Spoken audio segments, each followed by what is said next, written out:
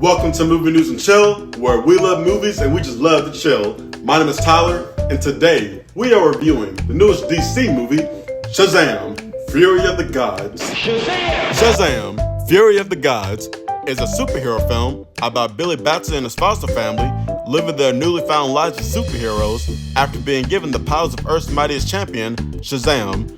But when the ancient daughters of Atlas suddenly come back to avenge their fallen father, it's up to the family to use the powers of the gods to defend their realm. Starring Zachary Levi, Asher Angel, Jack Dylan Grazer, Grace Caroline Carey, Jamon Hansu, and Helen Mirren. Before we begin, you have to know that this is a spoiler-filled review. Alright, I'm going to talk about the good, the bad, what I like, what I dislike. So if you haven't seen the film, please don't watch this video. But if you have, let's go. Now, for those who don't know, Shazam is actually one of my favorite DC superheroes. I mean, it's a kid given the powers of 6 Greek gods.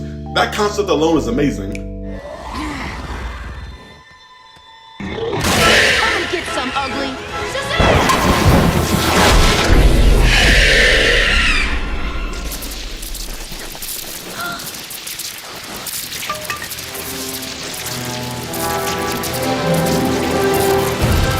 Now that's my Shazam.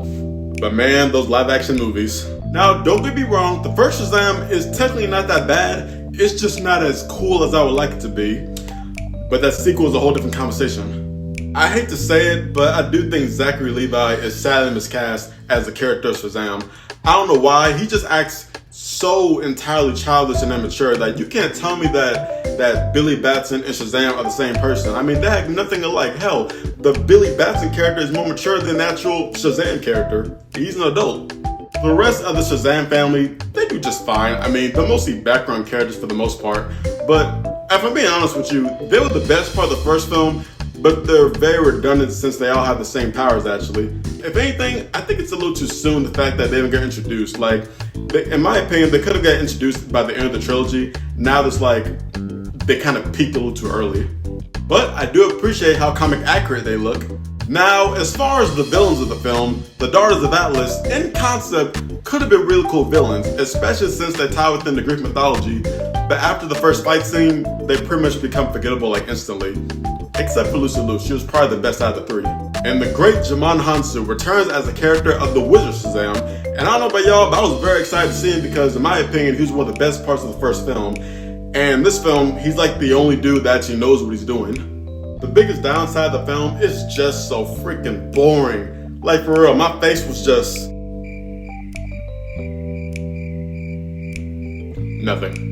It's even sadder because even Wonder Woman makes an appearance in the film, and it did nothing for me. Alright, I love me some Wonder Woman. I love me some Wonder Woman. And it makes sense that she would be in the film because she ties in with the Greek mythology, so it makes sense that they would know each other. But since they already spoiled within the trailer, I felt nothing. So it is what it is. Now let's get to the somewhat high point of the movie, the after credits scene, which apparently Shazam was approached to join the Justice Society of America, the same characters from the Black Adam movie. And unfortunately, I would be excited. In concept, it should be exciting, but now it's just irrelevant. Maybe he'll be in the upcoming Amanda Waller series, who knows? Oh, another Mr. Mind tease. I don't know if it's just been delayed too many times or the fact that James Gunn is starting a new DC universe anyway. My hype for it just got way too low at this point. The film as a whole is basically Thor Love and Thunder of the DCEU, and that is not a compliment. Overall, I give the film a 5 out of 10. It's just a poor, disappointing sequel compared to the first one. It's entirely too kiddie with far too much happening all at once. It has all the elements of a good superhero film, but the execution was just so underwhelming that it's just not worth the trip. So if you're a longtime DC fan or just a superhero fan in general, looking for something new to watch this weekend, I personally can't recommend it.